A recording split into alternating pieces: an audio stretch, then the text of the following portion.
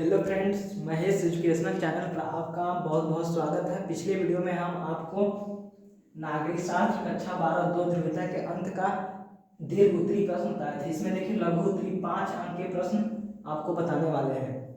तो देखिए वीडियो अच्छा लगेगा तो लाइक सब्सक्राइब कर दीजिएगा। देखिए कौन सा लघु उत्तरी में पहला प्रश्न जो पेपर में बहुत बार पूछा जाता है क्या, सोवियत संघ एवं संयुक्त राज्य अमेरिका की अर्थव्यवस्था में प्रमुख अंतर बताइए। अंतर बताना है कि सोवियत संघ और संयुक्त राज्य अमेरिका की अर्थव्यवस्था में क्या क्या अंतर है। तो देखिए इसका अंतर, पहला, सोवियत अर्थव्यवस्था एक केंद्रीकृत अर्थव्यवस्था थी। कैसी अर्थव्यवस्था थी? केंद्रीकृत अर्थव्यवस्था थी जो योजनाबद्ध एवं राज्य के नियंत्रण में थी। तो सोवियत अर्थव्यवस्था एक केंद्रीकृत अर्थव्यवस्था थी जो योजनाबद्ध एवं राज्य के नियंत्रण में थी। अब देखिए संयुक्त राज्य अमेरिका की अर्थव्यवस्था, संयुक्त राज्य अमेरिका विकेंद्रीकृत अर्थव्यवस्था थी। उद्योगों को अपनाया गया और मुक्त व्यापार नीति को भी अपनाया गया। यहाँ पर उद्योगों को अपनाया गया निजी हाथों में। अब देखिए दूसरा हेडिंग में सोवियत अर्थव्यवस्था योजनाबद्ध एवं राज्य के नियंत्रण में थी, ऊपर वाला ही है। पूंजीवादी अर्थव्यवस्था पर राज्य का कोई नियंत्रण नहीं था, इसको भी आप देख सकते हैं।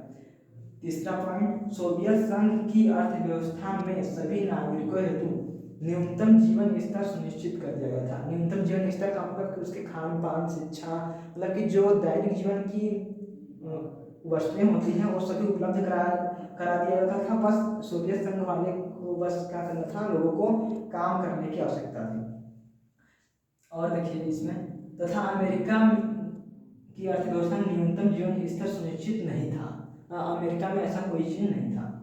अब देखिए ये क्वेश्चन समाप्त हुआ। अब प्रश्न 2, मिखाइल गोर्बाचेव सोवियत संघ में सुधार के लिए किन बातों के कार्यवाद में। ये भी बहुत इंपॉर्टेंट क्वेश्चन है और इस बार हो सके तो ये पेपर में 100% आना है। देखिए इसका पहला पॉइंट, इसमें क्या लिखेंगे, हेडिंग है, हेडिंग के हिसाब से आप लिख देंगे। पहला है सूचना प्रौद्योगिकी के क्षेत्र में उन्नति के लिए। तो किन बातों का कारण में ये जब ये तत्कालीन नेता जो मिखाइल गोर्बाचेव हैं वह उस समय बने जब सोवियत संघ पतनोन्मुख होने वाला था, मतलब कि वो पतन के राह पर चला गया था। उसको सुधारने के लिए इन्होंने सूचना प्रौद्योगिकी के क्षेत्र में उन्नति पर विकास किया।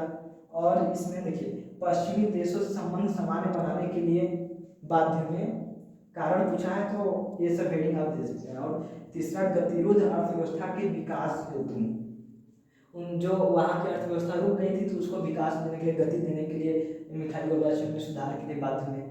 और सोवियत संघ को लोकतांत्रिक रूप देने के उद्देश्य से, सोवियत संघ में जो था कम्युनिस्ट प्रणाली थी, एक ही प्रणाली का नेता था और उसमें लोकतंत्र और बोलने की अभिव्यक्ति नहीं थी। तो इन्होंने ये भी प्रयास किया कि लोकतंत्र और अभिव्यक्ति बोलने की स्वतंत्रता हो, तो ये सब जिससे काम अच्छे से बन सके। तो ये प्रश्न तो इसको भी अच्छे से आप पढ़ लीजिएगा और इस हेडिंग को आप डाल देंगे और इसके बारे में कुछ 1 पॉइंट 2 पॉइंट लिख देंगे तो नंबर अवश्य मिलेगा आपको। 5 अंक है, 5 अंक मिल सकता है। तो आप देखिए प्रश्न तीसरा बहुत बहुत इंपॉर्टेंट है, जो भारत और सोवियत संघ के आर्थिक, राजनैतिक, सैन्य तथा सांस्कृतिक संबंधों का उल्लेख कीजिए।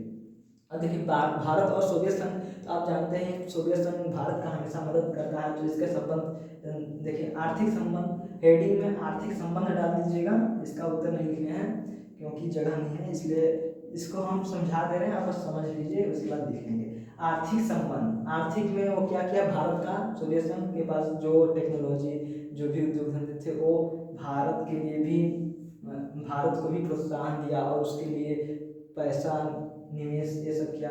उद्योग धंधे स्थापित करवाया, जैसे भिलाई, बोकारो, ये सब जहाँ पर भी उद्योग धंधे हैं ये सोवियत संघ की मदद से हुआ है।